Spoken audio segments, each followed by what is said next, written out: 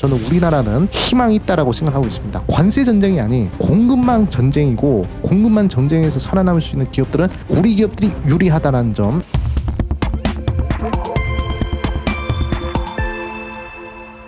네, 반갑습니다. 개인 수요분들 수익맨입니다. 자, 오늘은 1경 4천조 원 운용사 벵가드가 파산 직전이라는 소문이 들리고 있습니다. 최후에는 대한민국만 살아남습니다. 지금부터 이 종목들만 주목하세요 라는 주제로 영상을 준비하게 되었습니다. 자, 영상 본격적으로 시작하기 전에 저희 수익맨 채널이 100% 무료로 텔레그램 방을 운영하고 있습니다. 여기서 여러분들께 장시하기 전에 중요한 뉴스들과 관련된 종목들 싹 다 정리해드리고 있고요. 눌림목 매수 타점에 대한 연구도 진행을 하고 있습니다. 그 다음에 급등주들의 공통점과 그 다음에 메이저 수급들을 분석을 해서 여러분들이 편하게 수익 낼 수 있는 방향성 제시해드리고 있습니다. 그리고 제가 텔레그램 방 3,000명 달성 기념으로 전자책을 하나 무료로 공개를 하고 있습니다.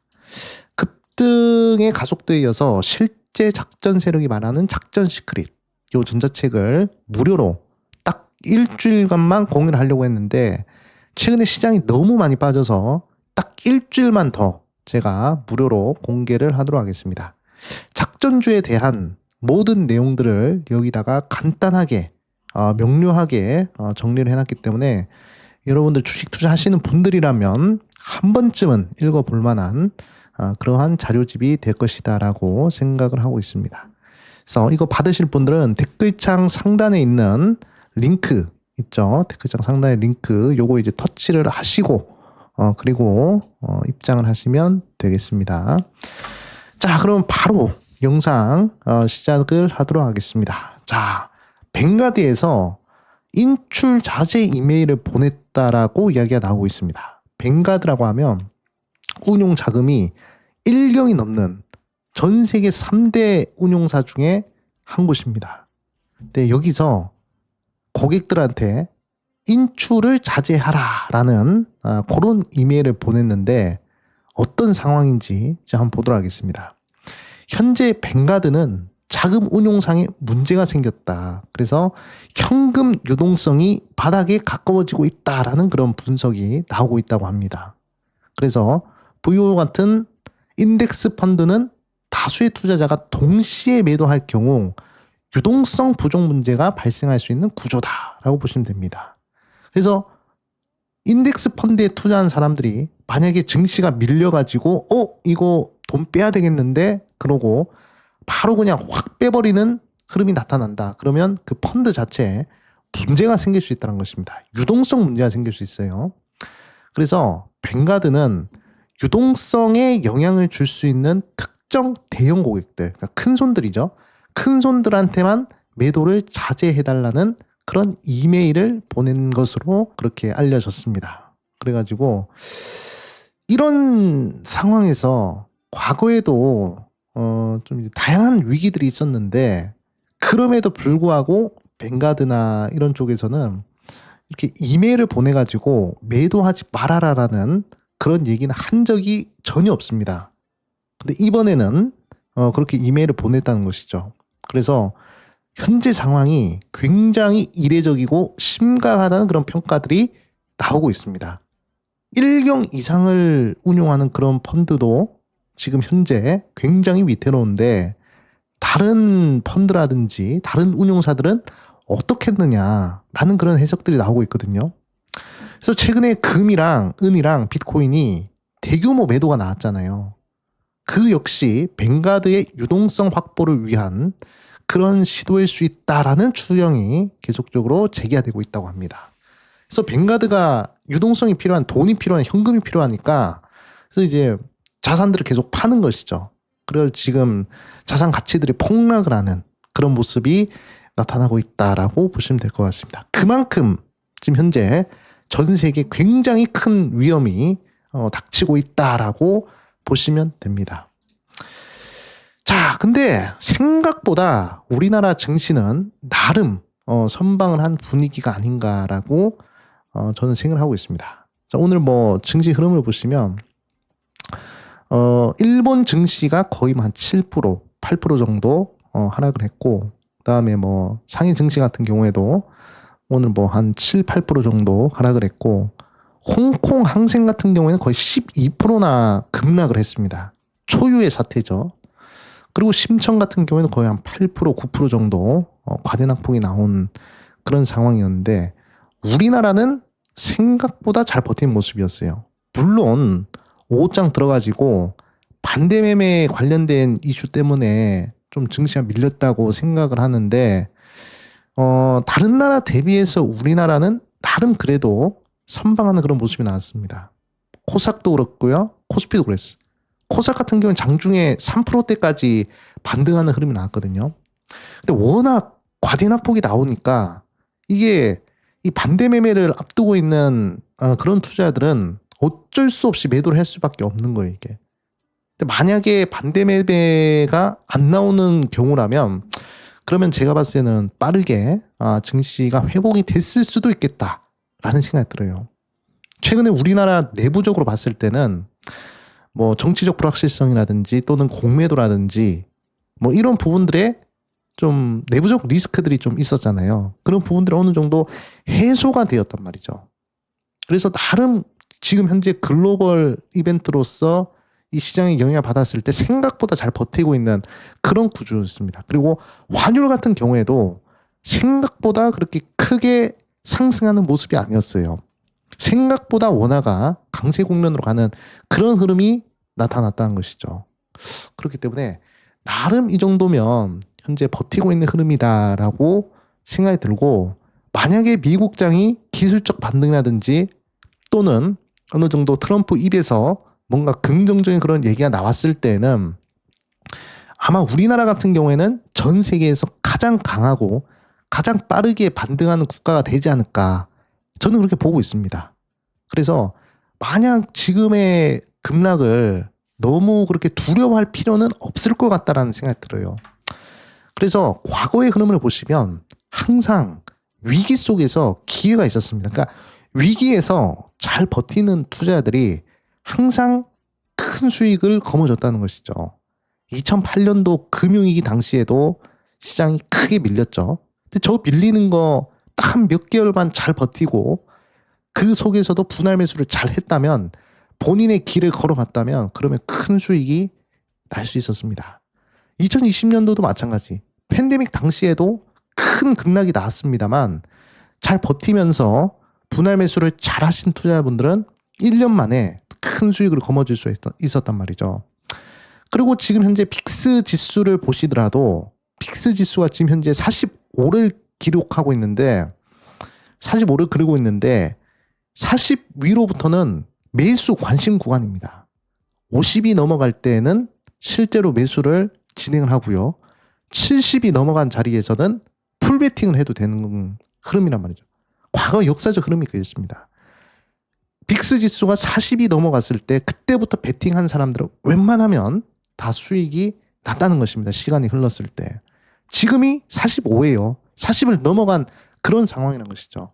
시장의 공포가 아주 극에 달하는 그런 시기가 바로 지금의 시기라는 것입니다. 주식 경원을 보면 이런 얘기가 있죠. 공포에 사서 환희에 팔아라. 지금 현재가 가장 공포스러운 그러한 자리란 것입니다. 그렇기 때문에 지금 포기하고 지금 멈추는 투자자들은 앞으로 나중에 기회 수익이 없어지는 거예요. 잠재 수익이 사라지는 겁니다. 매도 버튼 누르고 나 도망갈래. 그러면 잠재 수익이 없어지는 거예요. 지금 잘 버텨가지고 우리 대한민국이 강점을 가지고 있는 그런 산업들에 여러분들이 충실히 투자해야 될 필요가 있다라고 생각하고 있습니다. 트럼프는 이번 관세 전쟁을 경제혁명이라고 부르고 있어요. 미국의 이 투자들이나 또는 미국 국민들한테도 끝까지 버텨라라고 얘기를 하고 있어요. 이거 버티면 꽃길 온다. 이거 버티면 실크로드다. 이렇게 이야기를 하고 있습니다. 그러면서 절대로 관세 정책에서 물러나지 않겠다라고 이야기를 하고 있어요. 끈기 있게 버텨야 된다고. 그러니까 향후 미국 증시를 또는 미국 경제를 좋게 하기 위해서 지금 조치를 취하는 것이다라고 계속 강조를 하고 있는 부분입니다. 그렇기 때문에 이 부분이 과연 어떻게 작용을 할 것인가에 대해서 잘 보셔야 될 것 같고, 그리고 웬만한 흐름으로서는 트럼프가 의견을 바꾸지 않을 것이다 라는 생각이 듭니다.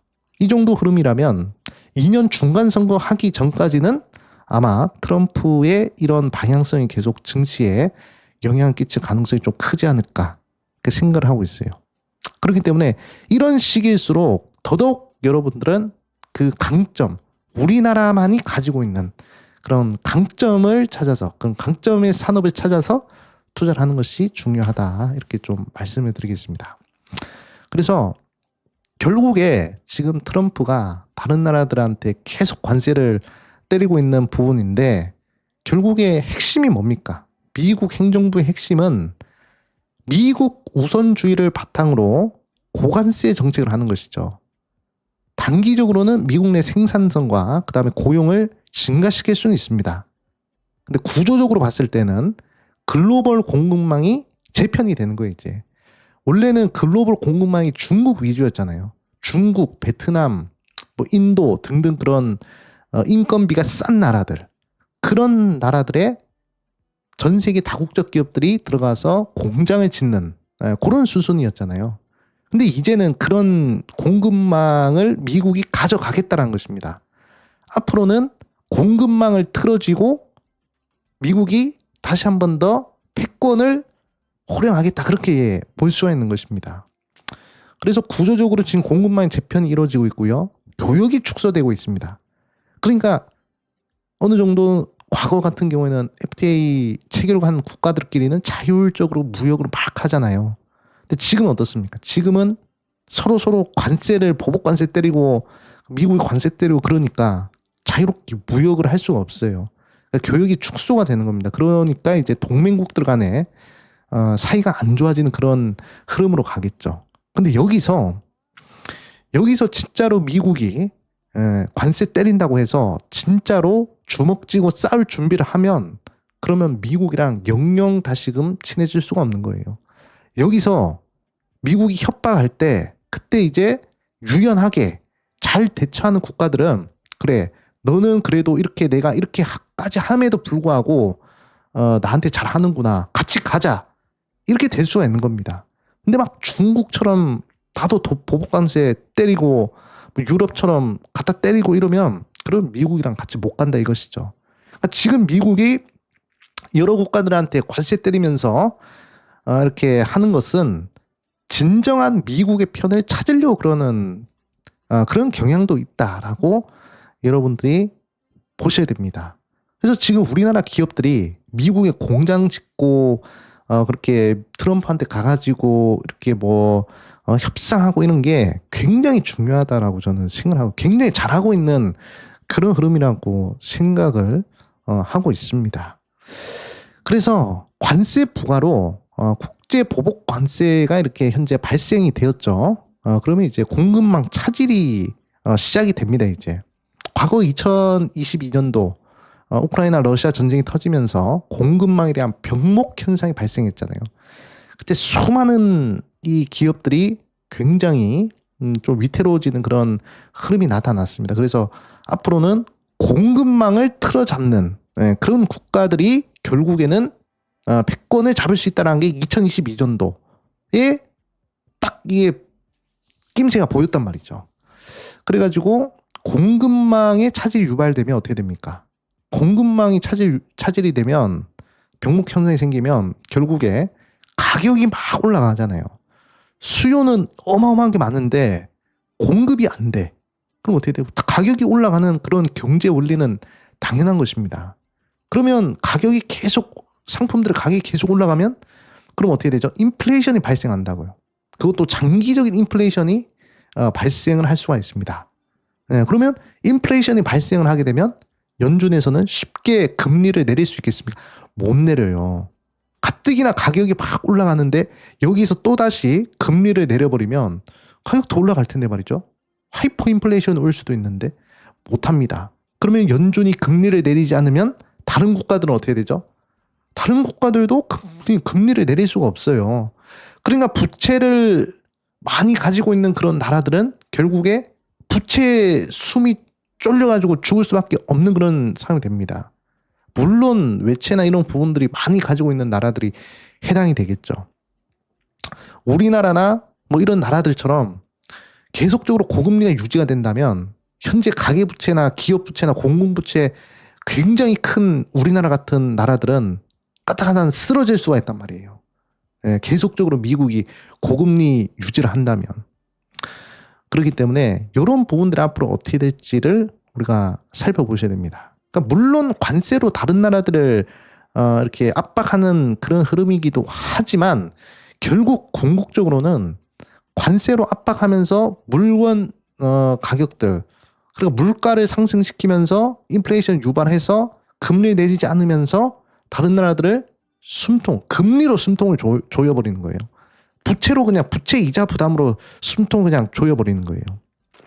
그렇기 때문에 앞으로는 제가 봤을 때는 요런 패권, 그러니까 공급망을 틀어지는 패권을 미국이 가져갈 확률이 크다 이렇게 생각을 하고 있습니다. 그래서 앞으로는 미국의 생각은 미국 주도의 통화 질서와 산업 패권 강화 이것이 가장 미국의 전략적인 목표가 되지 않을까라고 생각을 하고 있습니다. 그러면서 중국과 러시아의 경제력과 그다음에 외교력을 약화를 시킬 것이고 그리고 미국 중심의 공급망 재정비가 이제 이루어질 것이다라고 저는 생각하고 있습니다. 그래서 미국이 이제 뭐 관세를 면제해주면 그러면 전 세계 많은 다국적 기업들이 다 미국으로 가려고 하는 거예요, 앞으로.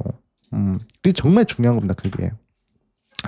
그래서 앞으로는 정말 줄서기를 우리 나라도 그렇고 그리고 기업도 그렇고 줄서기를 잘해야 돼요.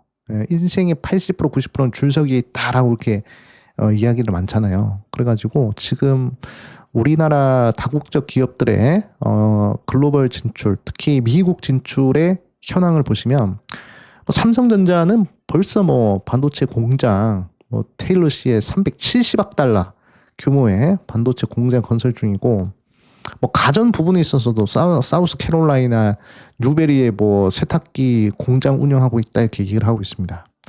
그리고 뭐 현대차 뭐 대규모 투자하겠다, 공장 짓겠다 해서 뭐 트럼프 백악관에서 또 이렇게 발표를 했잖아요, 그렇죠? 그리고 뭐 기아, LG에너솔루션, 뭐 배터리 공장 계속 건설하고 있죠. 하나큐셀, SK하이닉스, 우리나라에서 가장 큰 삼성, 현대, LG, SK 요 그룹들이 4대 그룹들이 전부 다 지금 미국에 적극 진출을 하고 있습니다. 그러니까 투자를 천문학적으로 하고 있는 거예요. 왜냐? 대세가 그러니까. 예, 대세가 지금 미국이기 때문에 이런 식으로 적극적으로 투자를 하고 있는데 근데 여기서 우리가 봐야 될 것은 이렇게 미국 쪽에만 계속 투자를 하게 된다면 중국은 과연 가만히 있을까요, 여러분들? 예, 중국은 가만히 있을까요? 지금 삼성전자 반도체 가장 큰 고객이 중국인데 이런 식으로 미국에 찰싹 붙어가지고 계속적으로 미국 쪽에만 잘 보인다면 중국 가만히 있을까요? 절대 그렇지 않습니다. 그래서 최근에 이재용 회장이 시진핑을 만나고 왔잖아요. 여기서 무슨 얘기를 했겠습니까? 예, 무슨 얘기를 했겠습니까? 요 이제 시진핑 만날 때 하이닉스 사장도 같이 갔다고 왔는데 무슨 얘기를 했겠습니까? 앞으로 삼성전자 하이닉스는 중국에 반도체가 많이 필요하니까 우리한테 고급 반도체나 이런 부분들 많이 팔아줘라. 우리가 많이 살 테니까 우리한테 많이 줘라. 이렇게 이야기를 했겠죠. 왜냐면 지금 뭐 중국 AI 굴기네 뭐네 이러면서 계속 그렇게 AI 키우려고 하고 있잖아요. 그런데 반도체가 없어. TSMC도 그렇고 많은 국가들에서 고급 반도체 못 팔게 하고 있잖아. 엔비디아도 중국에다가 고성능 반도체를 못 팔고 있어요. 그런데 앞으로 중국이 삼성전자 너네들을 좀 키워줄 테니까 너네들 좀 도와줄 테니까 너네 반도체 우리한테도 좀 적극적으로 팔아라. 앞으로 미국 눈치 보지 말고 우리랑 잘 지내자. 이렇게 얘기를 하지 않았겠습니까? 그러면 이제 삼성전자 입장에서는 미국에도 필요하고 중국에도 필요한 존재가 되어버린 거예요. 예, 그러니까 어떻게 보면 슈퍼 을이 된 겁니다. 자, 만약에 미국이 삼성전자를 잘 안 돌봐줬어. 삼성전자 돌봐주지 않았어요. 근데 갑자기 삼성전자가 삐져가지고 진짜 중국이란만 대중국 수출만 적극적으로 그냥 밀어준다 해보십시오. 미국한테도 심각한 손해거든요. 그리고 만약에 삼성전자랑 중국이랑 이렇게 싸바싸바 해가지고 이렇게 삼성전자 중국에 물건을 많이 파는데 갑자기 중국이 대만 침공해가지고 TSMC 공장을 먹어버려요. 전 세계 반도체 공급망은 중국이 싹 쓸어가는 거예요. 그렇게 되면 미국은 앞으로 중국을 이길 수가 없습니다. 반도체 공급망을 잡아버린 중국이기 때문에 미국 입장에서 첨단 산업 발전을 할 수가 없어요. 그래서 지금 삼성전자나 하이닉스나 우리나라 대기업들은 지금 중국에도 필요하고 미국에도 필요한 그런 시점이기 때문에 딱 중간에 있습니다. 그러니까 어떻게 보면 미중 갈등의 슈퍼 을이 돼버린 거예요. 어떻게 보면. 네, 긍정적으로 본다면. 그렇기 때문에 제 개인적인 생각으로는 지금 현재 뭐 삼성전자 같은 경우에는 뭐 TSMC보다 기술력이 딸리죠, 당연히. 그리고 SK 하이닉스보다 HBM도 잘 못 만들어. 그러니까 지금 혁신이 없는 상태잖아요, 그렇죠? 그런데 이번에 이재용 회장이 뭐 사직생의 마음으로 개혁을 하고 뭐 개선한다라고 이야기를 했잖아요. 혁신하겠다라고 얘기를 했잖아요. 그래서 여기서 잘만 한다면 그러면 삼성전자한테도 충분히 좋은 기회가 되지 않을까 그렇게 생각을 하고 있습니다. 그래서 결국에 가장 마지막까지 이 글로벌 관세 전쟁에서 살아남을 수 있는 기업은 결국에 공급망에 영향을 줄 수 있는 기업. 특히나 지금 미국과 중국은 관세 전쟁이라고 얘기를 하지만 관세 전쟁이 아니라 공급망 전쟁입니다, 여러분들. 누가 반도체 공급망을 틀어질 것이냐, 누가 희귀 금속의 패권을 공급망을 틀어질 것이냐, 누가 에너지 공급망의 패권을 틀어질 것이냐, 이 싸움이라고요. 예, 관세 전쟁이 아니라 그 속에 있는 공급망 전쟁을 보셔야 돼. 그렇게 되면 생각보다 우리나라 기업들은 공급망 전쟁에서 유리한 가능성이 크다 이것입니다, 여러분들. 그렇기 때문에 저는 장기적으로 봤을 때는 충분히 삼성전자라는 하이닉스라는 이런 반도체 쪽으로 해서 조금 긍정적으로 보고 있어요. 지금 많이 빠지고 있잖아요, 그렇죠? 그러니까 여기서 한두 차례 더 빠지면 그러면 진짜 매수 기회가 온다니까, 여러분들. 그렇기 때문에 지금 너무 그렇게 크게 뭐 걱정할 필요가 없다라고 저는 생각합니다. 최대한 긍정적인 마인드로 어차피 나눠서 사면 되잖아. 아까도 말씀드렸지만 빅스 지표가 40이 넘어갈 때 그때부터 분할 매수 들어가는 거예요. 40에서부터 70, 80대까지 분할 매수. 내가 100만 원을 매수한다면 30만 원, 30만 원, 30만 원. 빅스 지수가 딱딱딱 늘어날 때만큼만 딱딱딱 베팅을 한다면 그러면 항상 시간이 큰 수익을 만들어줬다고. 이번에도 그게 가능할 것 같습니다.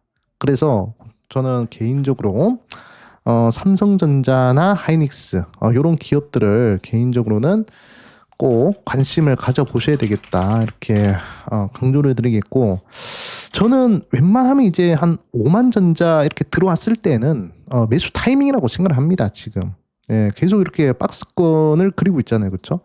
계속 이렇게 박스권을 만들어주고 있기 때문에 요 박스권 하단에 온다면 요 하단 자리에 위치를 하게 된다면 그러면 분명히 다시금 반등하는 흐름이 나오지 않을까라고 생각이 들고, 그리고 이제 연봉의 흐름을 좀 이제 보셔야 될 것 같은데 이 연봉이 중요하거든요, 삼성전자는. 자, 연봉의 흐름을 보면 10년선 있잖아요, 그렇죠? 이 삼성전자 같은 경우에는 이 10년선을 이탈할 때, 이 10년선을 이탈할 때가 항상 최저점이었습니다. 10년 이동 평균선을 이탈하는 시기. 그때가 이제 2008년도 여기 보이시죠? 2008년도 10년선 이탈했습니다. 바로 그냥 저점 찍고 반등하죠. 자, 그 다음에 2017년도 이렇게 한번 10년선 이탈하고 반등하는 모습. 자, 그 다음에 이번에 2024년도 10년선 이탈했습니다. 네, 그렇기 때문에 10년선을 다시금 빠르게 회복을 하느냐 못하느냐, 이것을 우리 시청자분들께서 잘 파악을 하셔야 되겠고, 지금은 10년선 밑에 있습니다. 네, 그렇기 때문에 제가 봤을 때는 매수의 기회가 왔다라고 생각을 하고 있습니다. 그렇기 때문에 최대한 한 45,000원 45,000원 라인대까지 열어놓고 그리고 가져가 보시는 것이 어떨까. 아니면 지금 슬슬 매수 타점이 오는 것 같은데 온 것 같은데 한번 담아보는 것도 좀 이제 괜찮지 않을까 이렇게 생각을 하고 있습니다. 자, 하이닉스 같은 경우는 마찬가지. 뭐 별게 없습니다. 이 파란색 라인 보이시죠? 자, 파란색 라인 때리면 반등합니다. 이번에도 아마 SK 하이닉스의 기술적 반등은 15만 원 선에서 이루어지지 않을까 그렇게 생각을 하고 있어요. 네, 그렇기 때문에 과거에도 그랬습니다. 때리고 반등하죠. 네, 그리고 때리고 상승합니다. 때리고 반등합니다. 항상 대형주, 초대형주들은 이렇게 엔벨로프 하단, 특히 주봉 엔벨로프 하단선 이탈하는 자리에서는 웬만하면 바닥을 다 만들어줬어요. 그렇기 때문에 충분히 여러분들이 슬슬 반도체 쪽으로도 좀 관심을 가져봐야 될 구간이 아닌가. 삼성전자, SK하이닉스 이미 모건 스탠리에서도 긍정적 리포트가 나왔어요. 네, DRAM이나 낸드 플래시, 레거시 메모리 쪽으로 해서 업황 개선이 나오고 있습니다. 전혀 제가 봤을 때는 걱정할 필요가 없고 빠지면 빠지는 대로 기회로 생각을 하셔가지고 적극 베팅하시는 것이 어떨까 이렇게 저는 말씀을 드리겠습니다. 아무쪼록 우리 시청자분들 정말 지금 힘든 장세에 잘 버티고 계신데 제가 조금이나마 힘이 됐으면 좋겠다라고 강조를 드리고 싶고 조금 더 제가 여러분들께 작은 도움이라도 드릴 수 있도록 텔레그램 방 현재 운영을 하고 있습니다. 100% 무료로 운영을 하고 있고요. 많은 투자 콘텐츠들 여기서 무료로 전부 공개를 하고 있습니다. 실시간으로 공개를 하고 있으니까요. 아마 좀 필요하지 않을까라고 생각을 하고 있습니다. 그리고 제가 직접 작성한 세력주 패턴, 그 다음에 실제 작전 세력이 말하는 작전 시크릿, 요 전자책도 제가 이번 주까지만 제가 무료로 공개를 할 거니까요. 필요하신 분들 또는 바닥권에서 제대로 된 작전주 한번 공부해보고 싶다 하시는 분들은 요거 전자책 한번 다운을 받으셔가지고 공부를 해보시면 도움이 될 것이다 라고 강조드리겠습니다. 자, 댓글창 상단에 링크 있습니다. 여러분들 댓글창 참고하시면 링크 있으니까요. 그거 터치하시고 입장해 주시면 되겠습니다. 자, 우리 시청자분들 하나가는 증시 많이 힘든데 그나마 저는 우리나라는 희망이 있다라고 생각하고 있습니다. 관세 전쟁이 아닌 공급망 전쟁이고 공급망 전쟁에서 살아남을 수 있는 기업들은 우리 기업들이 유리하다는 점 이 부분 강조드리면서 마무리하도록 하겠습니다. 끝까지 시청해 주셔서 감사하고요. 항상 좋아요 댓글 남겨주시는 분들 우선 대단히 감사하다 말씀드리겠습니다. 물러가겠습니다. 여러분들 수익!